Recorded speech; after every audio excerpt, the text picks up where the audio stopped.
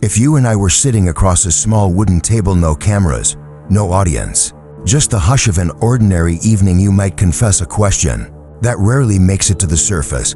How do I become someone of real worth? Not just wealth, not just followers, not just noise. Worth, the kind that makes people lean in when you speak, the kind that steadies you when things fall apart, the kind that markets or moods cannot repossess. The ancients would smile at that question because it is the most practical one you can ask. In a world of shifting metrics, Stoicism invites a radical reframe. Your worth is not a price tag assigned by the crowd, but a decision you make daily to live by virtue, wisdom, courage, justice, and temperance, and to create value from the only territory you truly control, your choices. That sounds lofty, I know, but stay with me. This isn't a sermon against success or money or recognition. It's a blueprint for the kind of inner worth that naturally spills into outer results. When you become the person people can trust, rely on, and learn from, opportunities knock, doors open, and even when they don't, you remain stable because your worth no longer depends on the door. Think of today's message as a compass rather than a map. We'll explore 7 proven Stoic strategies that elevate your worth from the inside out. Each one is a practice you can start now wherever you are, with whatever you have. You'll hear stories, questions, and gentle nudges to try small experiments in your own life. I'll be less a lecturer and more a companion on the trail, pointing at a ridge line and saying, "Look there, ready? Take a breath, sit a little taller. Let your attention gather itself like a flock returning home." Let's begin. Part 1, Redefining Worth the Stoic Way. Before we climb, we need to name the mountain. Worth in the modern marketplace often gets braided into net worth, social reach, titles, algorithms, metrics with their uses. Yes, but also their dangers. They're like reflections in a river, sometimes clear, sometimes wavy, always moving. Try to hold them with your hands, and you come up with water. The Stoic answer is disarmingly simple. Your worth is the quality of your character expressed in action, not a feeling about yourself, not a performance for others, but the consistent, courageous exercise of your rational will toward what is good. You do not control whether other people praise you. You do control whether your words are honest, whether your work is careful, and whether your promises are kept. You do not control whether today's outcomes flatter your efforts. You do control the effort itself. This is not a consolation prize. It is the most potent leverage you possess. When the world grows noisy, the person with inner authority becomes magnetic. When decisions are difficult, the person with clear principles becomes essential.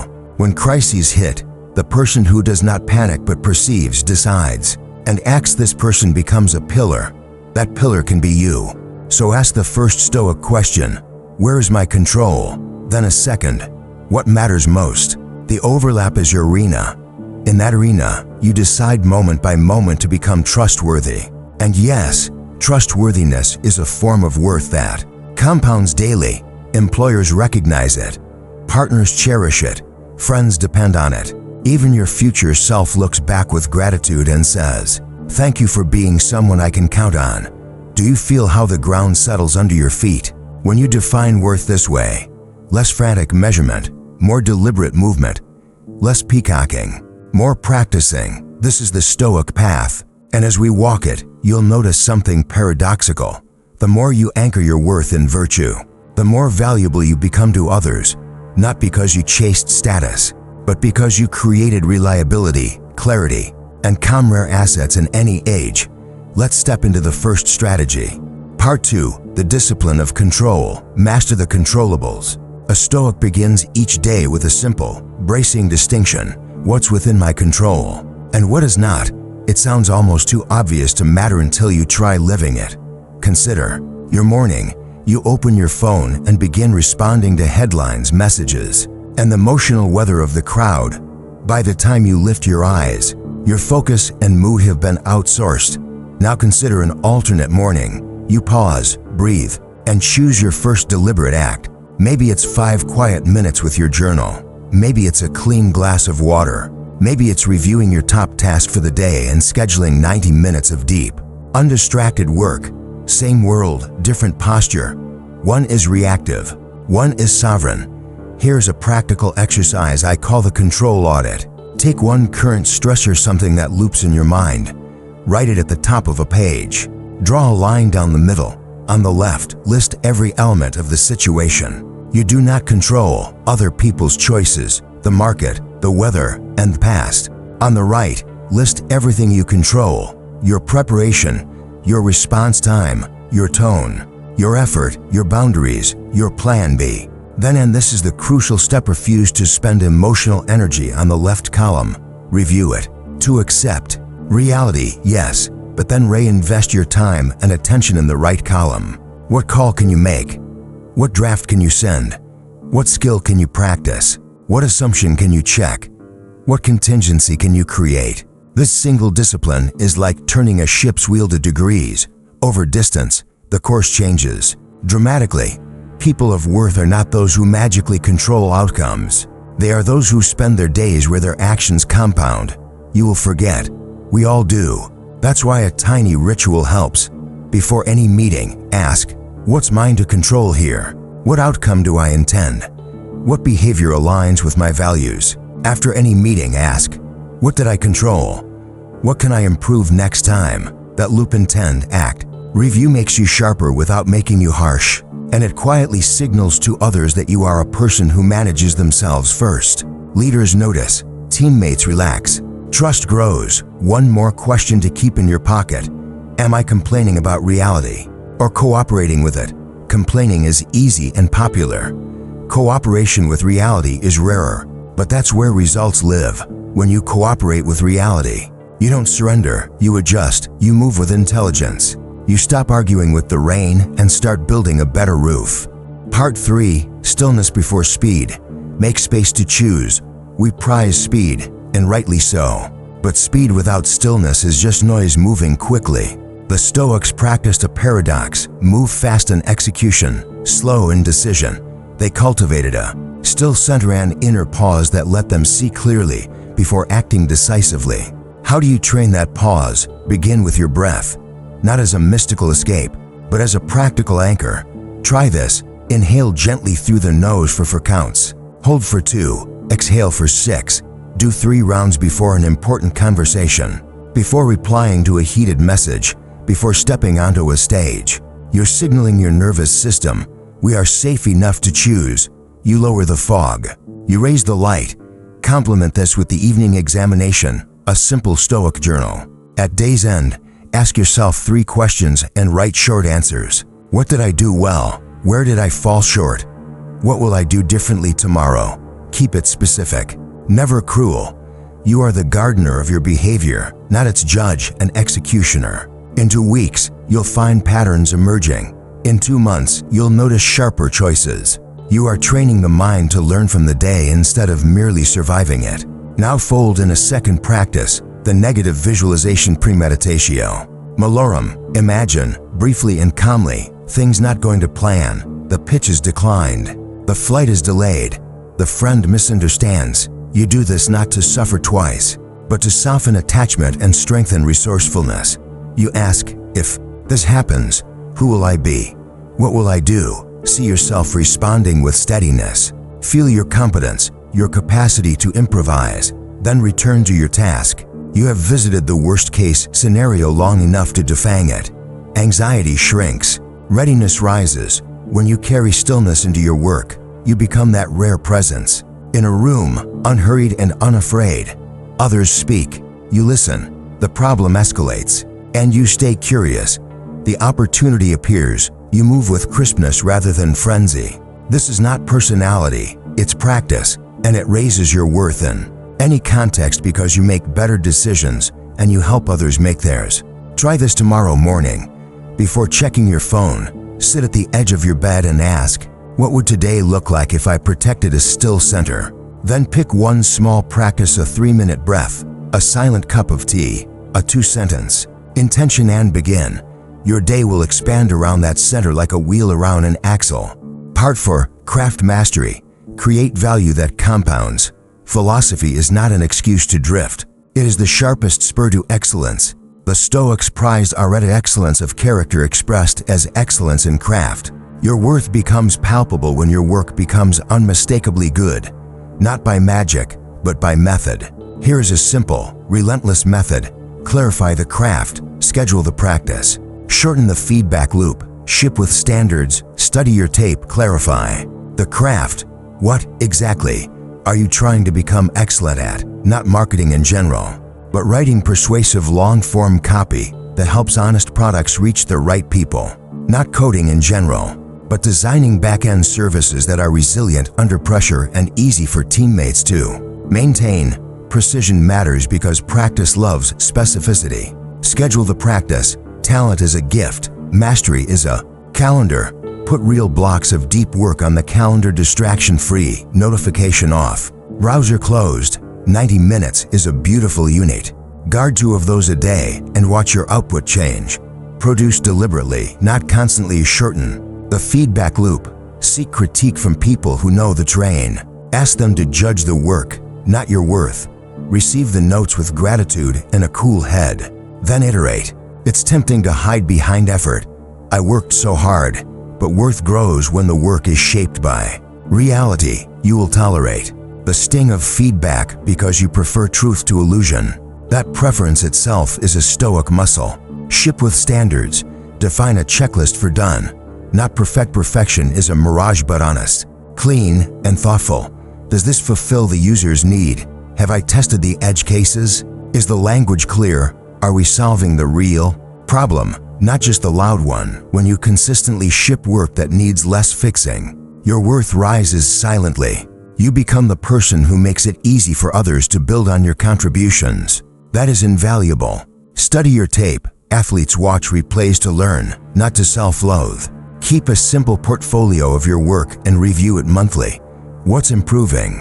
Where are the common snags? What skill, if raised one level, would lift everything else? Then aim your next practice block at that bottleneck. The result of this method is not just better output, it is a different identity. You stop narrating your potential and start demonstrating it. People notice, you will too. And with each cycle, your worth becomes less dependent on yesterday's applause and more rooted in today's competence. A final word here, don't rush your reputation. Let it mature at the pace of your craft. There's a temptation to collect titles while neglecting tools. Flip it, sharpen your tools until they sing. The titles will chase you.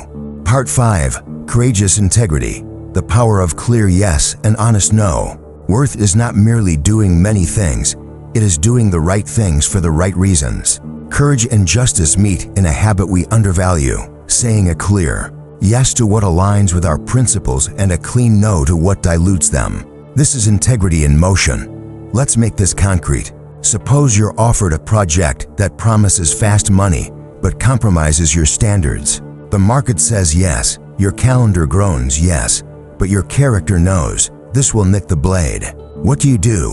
Many of us rationalize. We say, just this once, or I'll make it up later. The Stoic chooses differently, not from moral vanity, but from long-term vision. Every yes trains your future. Every no protects it. If you want to elevate your worth, practice the bravery of alignment. What does that sound like? It can be simple and kind. Thank you for thinking of me. I won't be able to take this on. It doesn't fit the commitments I've made to my current work and standards. I'm happy to recommend someone who might be a better fit. Notice the posture: firm, respectful, generous, no apologies for your principles, no disdain for theirs. This is the kind of no that preserves relationships and increases respect. Integrity also means telling the truth when it is costly. The bug you could hide, the number you could massage, the awkward news you could delay.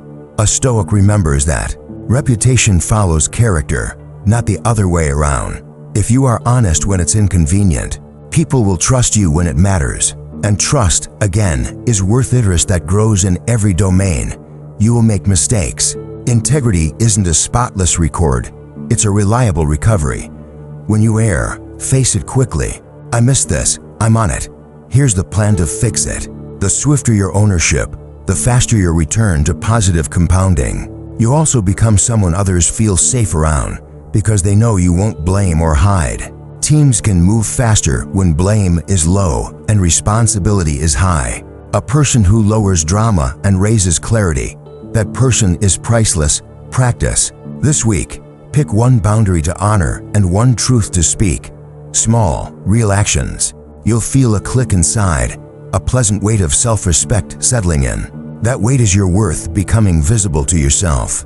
Part 6, Voluntary Discomfort. Train for strength, not ease. We spend so much energy engineering comfort that we forget comfort is a byproduct, not a purpose. Stoics practiced voluntary discomfort not as self-punishment, but as strength training. They wore simple clothes, walked in the cold, fasted occasionally, slept on the ground sometimes, and accepted inconveniences without complaint. Why? To prove to themselves that they could endure what life might impose and still act with virtue. Translate this to your century. Try a weekly simple day, eat plain meals, walk or take public transport if you can. Turn your phone to grayscale, delay small pleasures by an hour. Notice how urges rise and fall like waves. You are not your urges, you are the shore. By shrinking your dependency on comfort, you expand your freedom to choose. At a digital fast, for a block of hours start with 2, then stretch to 4. Disconnect from the dopamine slot machine. Tell the people who must reach you how to do so in emergencies. Then go dark. Watch what happens to your attention. At first, it will flutter, then settle. The creative mind wakes up when it isn't constantly interrupted. Your work deepens. Your conversations turn from ping pong to chess. You begin to experience the luxury that surpasses any gadget. Time used well. Train your body gently but consistently. Strength is moral, not just muscular, because a resilient body supports a reliable mind. You don't need extreme routines. Walk with intensity. Do basic resistance work. Sleep like it's your job.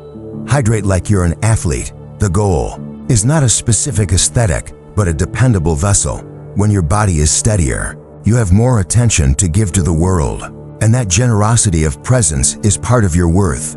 Finally, practice micro-bravery each day. Do one thing that scares you a little. Share the draft. Ask the question. Pitch the idea. Make the call. Introduce yourself. Courage grows like a muscle by small, repeated exposures. The reward isn't merely the external result. It's knowing that fear is a stimulus, not a stop sign. People sense this in you. Your energy is cleaner. You are easier to rely on when stakes are high, not because you feel no fear, but because you're practiced at moving through it. Voluntary discomfort isn't about grimness. It's about gratitude.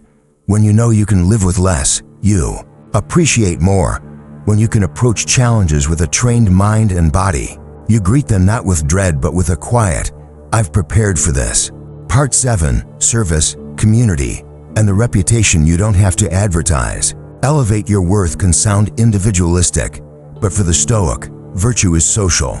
We are made to contribute, to cooperate, to build. Your worth becomes most visible not when you shine alone, but when you raise the whole room. Think of the most valuable colleague you've known. Chances are, they combined competence with kindness. They delivered. Yes, but they also made it easier for others to deliver. They shared knowledge freely. They mentored without fanfare. They gave credit generously and took responsibility without theatrics. You left conversations with them feeling lighter, clearer, better equipped. This is service. And service is strategy. Try this in your next team setting. Ask, what outcome are we truly aiming for? Then ask, what's the simplest path? There, cut unnecessary complexity. Volunteer for the unsexy tasks that unclog the system. Capture decisions so people don't argue the same points tomorrow. Follow up with a brief, clean summary. You'll become a force multiplier. Outside of work, serve where you live. Contribute your expertise to a local cause. Mentor someone 2 steps behind you. Help a friend rehearse for an interview. You are not outsourcing your worth to their gratitude. You are generating it by acting justly and generously. Paradoxically, the more you give, the more valuable you become, not as a martyr, but as a maker of good outcomes. This kind of service builds a reputation you don't have to advertise. When others speak your name, they do so with a small nod, solid, helpful, trustworthy. You can't buy that reputation. You can only earn it by showing up again and again, in small ways that add up. A word about networking. Treat it as stewardship, not extraction. Don't hoard contacts like trinkets. Build relationships like gardens, slow, attentive, mutual. When you meet someone, ask yourself, how can I make their path smoother? Share a resource. Offer an introduction. Later, when you need help, you'll find bridges already built. Even if no help comes, you remain the kind of person who builds bridges. That alone elevates your worth in your own eyes, which is the most durable elevation there is. Part 8. Amor Fati in action. Turn setbacks into strength. Though we set a steady course, life remains a restless sea. Projects fail. People disappoint. Illness visits. Markets shift. The Stoic response isn't grim acceptance. It's creative acceptance. Amor Fati, the love of fate. Not because we enjoy pain, but because we trust our capacity to turn it into wisdom, strength, and compassion. When something unwanted arrives, try a 3-step response: perceive, act, accept. First, perceive without panic. Name what happened as cleanly as possible. Remove adjectives that inflame. Replace, this is a disaster, with the client canceled the contract. Second, act within your control. What's the next right step? Whom must you inform? What costs can you cut? What skill will this force you to sharpen? Third, accept what is outside your control. Acceptance isn't resignation, it's energy conservation. You stop pouring fuel into the impossible and invest it in the actionable. From this posture, setbacks become training. The failed pitch teaches you to clarify value. The breakup trains you to value yourself apart from being valued by another. The illness reminds you of the preciousness of time and the priority of health. None of these lessons erase the pain, but they redeem it. And redemption is a form of worth. You become a person who can rescue meaning from misfortune. Practice a small ritual when things go wrong. Whisper, use this, then ask, if a wiser version of me orchestrated this as a lesson, what would the lesson be? Write it down. Act on it. Move forward. You are not denying reality. You are refusing to waste it.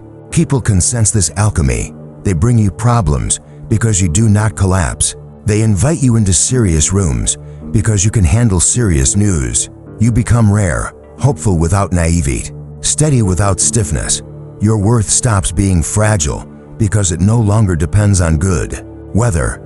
We've traveled from definition to discipline, from stillness to mastery, from integrity to service, from discomfort to resilience. Perhaps you feel the hum of possibility in your chest, that gentle thumb that says, I can live like this. Good. Don't aim to overhaul your life in a blaze that fizzles by Friday.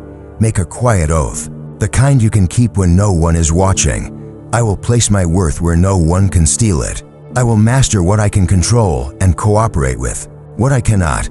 I will practice stillness before speed, and I will build excellence like a craftsman. I will say yes with clarity and no with kindness. I will train for strength, not ease. I will serve others without keeping a ledger, and when fate turns, I will turn with it, using everything as fuel for virtue. Now, how do you begin? Begin small. Tomorrow morning, protect 10 minutes before the world arrives. Sit with your breath. Ask, what are my top 2 controllables today? Write them down. Schedule one 90-minute deep work block. Choose one act of service, however modest. Promise to tell one necessary truth. In the evening, do your 3-question review, then sleep with gratitude, like someone entrusted with a finite number of days and determined to spend them well. Over time, these tiny practices become a way of being. People will notice. You will attract opportunities, yes, but more importantly, you will attract your respect. And when you respect yourself, you radiate a quiet confidence that needs no performance. You become easy in your presence. That ease is rare. That ease is valuable. That ease is worth it. If no one has told you this today, hear it now. You are not behind. You are exactly where a serious life begins, awake to what matters and willing to practice it. Walk steadily. Don't rush your growth. Water your roots. Tend your craft. Keep your promises. Let your reputation bloom at the speed of truth. And when the world measures you in a dozen noisy ways, smile and return to the only metric that endures, that I act with wisdom, courage, justice, and temperance today. If yes, then your worth is already elevated, not in whispers of praise, but in the solid ground of a life you can stand on. Take a final breath with me. Inhale, hold, and let go. Tomorrow we practice again. This is not a sprint. It's a sacred repetition day by day, choice by choice. You will become the kind of person people trust. The kind of person you trust, that is the Stoic promise. That is how your worth rises quietly, steadily, undeniably. I'm proud of you for listening to this long, for staying with a hard and beautiful idea. Now close this book of voices and open the one life that is yours. Go live with strategy. Go elevate your worth.